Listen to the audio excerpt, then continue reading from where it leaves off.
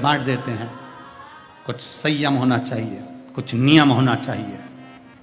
सत्यकेतु का बेटा और पत्नी राजभवन से बाहर निकलकर आज बाप पिता सत्यकेतु, पति सत्यकेतु मंदिर में पहुंचे, उससे पहले शंकर के मंदिर में ताला लगा दिया बेटे और पत्नी ने। नर्मदा पुराण का यह चरित्र कहता है, राजा सत्यकेतु की पत्नी और पुत्र ने शंकर जी के मंदिर में ताला लगा दिया। ताला लगाकर बाहर आते से सत्यकेतु ने देखा, आज मैं कैसे दान करूंगा, आज मैं कैसे बांटूंगा, मेरे महादेव का तो दरवाजा बंद पड़ा है, द्वार बंद है, क्या करूं मैं। सत्यकेतु बाहर आकर बैठ गया। बेटा और पत्नी जो अनाज आया था, जो मुद्रा आई थी, बांटने का सामान था, सब लेकर चले गए। एक दिन नहीं, रोज सत्यकेतु जब बांटने के लिए जाता, पत्नी और पुत्र सारा की सारा सामान लेकर आ जाते, बांटने नहीं देते, यह हमें बर्बाद कर देगा।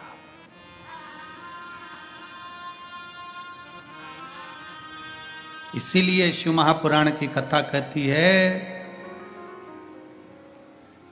शरीर चले और तुम्हारे घर में चले, तब तक तीर्थ करो और दान करो।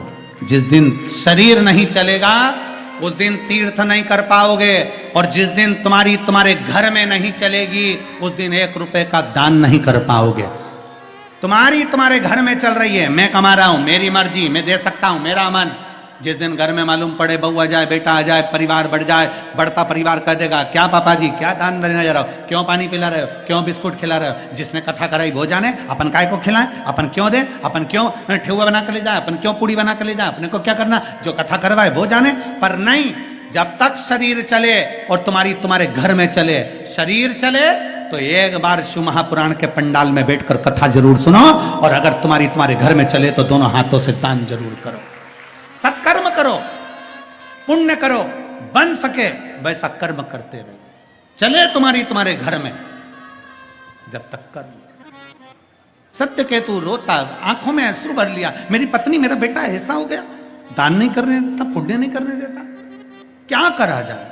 सत्यकेतु की आंख में जल भर गया। आज मेरे विश्वनाथ, आज मेरे भोलेनाथ मंदिर में से, खिड़की में से कूद कर बाहर निकले। रूप बदलकर सत्यकेतु मंदिर के दरवाजे के बाहर, ताले लगे मंदिर के बाहर बैठकर रो रहा था। शिवजी उसके पास में आकर बैठे। कंधे पर मेरे बाबा ने सत्यकेतु के हाथ रखा। हाथ रखकर पूछा, बाबा आप तो नगर के राजा हो, राजा सत्यकेतु, तू तो राजा है, मुझे दान दे दे कुछ। राजा सत्यकेतु आंख में आंसू भरता हुआ कहता है, मैं काय का राजा, राजा तो अंदर ताले में बंद है, मैं तो भिखारी हूं, मैं तो भिखारी हूं। राजा तो अंदर ताले में बंद है, मैं भिखारी हूं।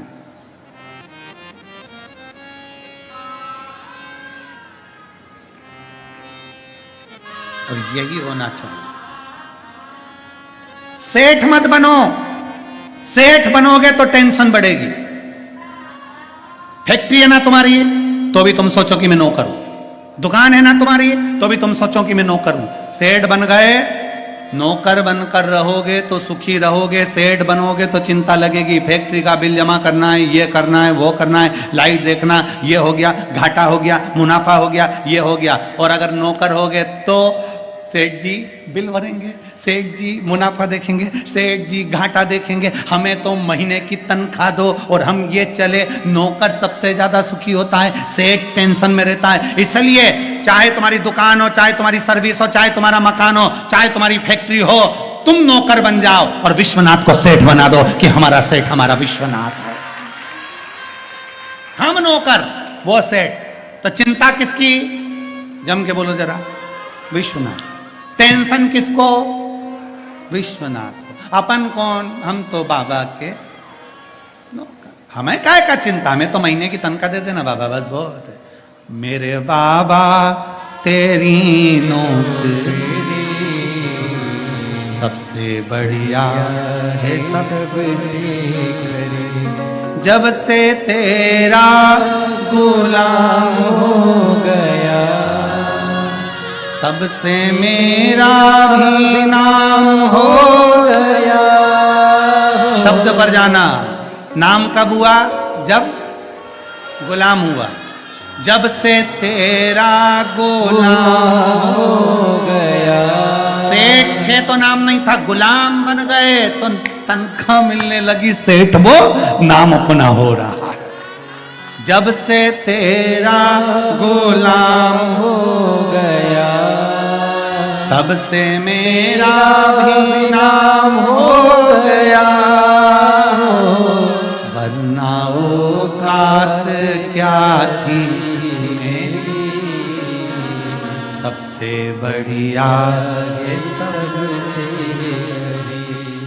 भोले बाबा तेरी नौकरी, सबसे बढ़िया है सबसे।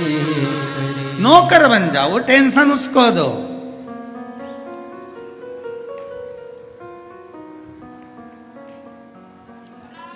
ना कोई चिंता, ना कोई टेंशन, विश्वनाथ के नाम में मेंशन।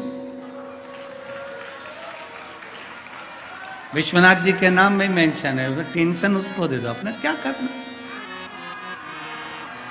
सब सौंप दो उसको, उसका है उसको दे दो, बड़े प्रेम से तेरा तुझे समर्पित। सत्य के तूने कहा मैं नौकर, अंदर बैठा है मालिक।